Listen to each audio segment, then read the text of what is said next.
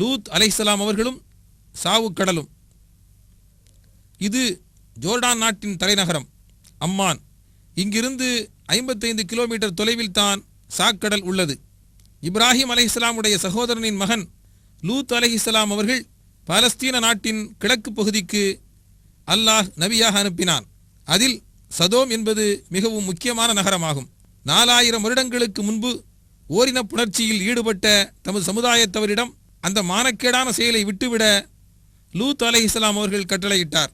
ஆனால் அச்சமுதாயத்தினரோ இந்த தீய செயலை விட்டுவிடாமல் மிகவும் பகிரங்கமாக தொடர்ந்து செய்து வந்தனர். மேலும் அவர்கள் பொதுமக்களிடம் கொள்ளையடித்தும் அநியாயம் செய்து வந்தார்கள்.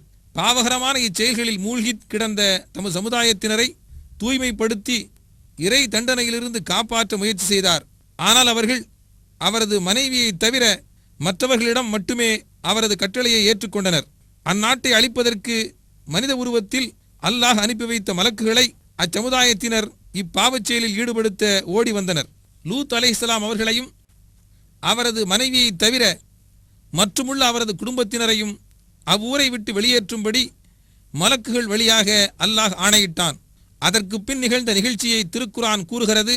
சூரா ஹூத் அத்தியாயம் 11 வசனம் 82. فَلَمَّا جَاءَ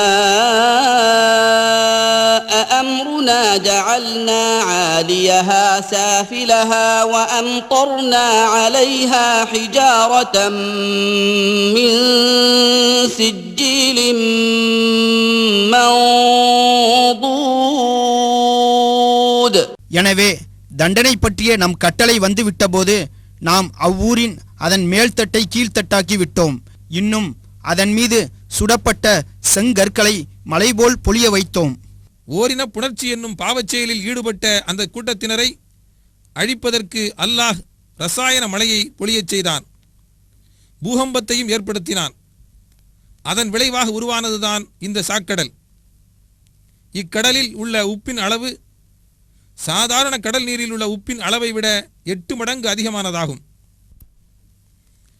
இந்த உப்பு மற்றும் ரசாயன பொருள்களும் அதிகமான அளவில் கலந்ததால் அடர்த்தி அதிகமாகிவிட்ட இந்நீரில் விழும் எல்லா பொருள்களும் மூழ்காமல் மிதப்பதை காணலாம்.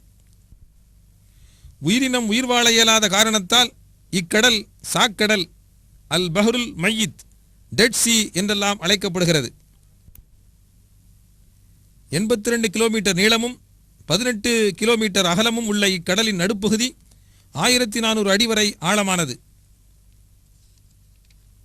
இக்கடலின் அக்கறையில் பாலஸ்தீன் உள்ளது. கடல் மட்டத்திலிருந்து 1300 அடி கீழே இருக்கும் இக்கடல் ஜோர்டானுக்கும் இஸ்ரேலுக்கும் இடையில் உள்ளது.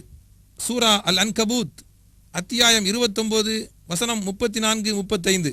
إِنَّا مُنزِلُونَ عَلَى أَهْلِ هَذِهِ الْقَرْيَةِ رِجْزًا مِّنَ السَّمَاءِ بِمَا كَانُوا يَفْسُقُونَ وَلَقَدْ تَرَكْنَا مِنْهَا آيَةً بَيِّنَةً لِقَوْمٍ يَعْقِلُونَ. நிச்சயமாக நாங்கள் இவ்வூரார் மீது இவர்கள் செய்து கொண்டிருக்கும் பாவத்தின் காரணமாக வானத்திலிருந்து வேதனை இறக்குகிறவர்கள் ஆவோம். அவ்வாறே அவ்வூரார் அழிந்தனர்.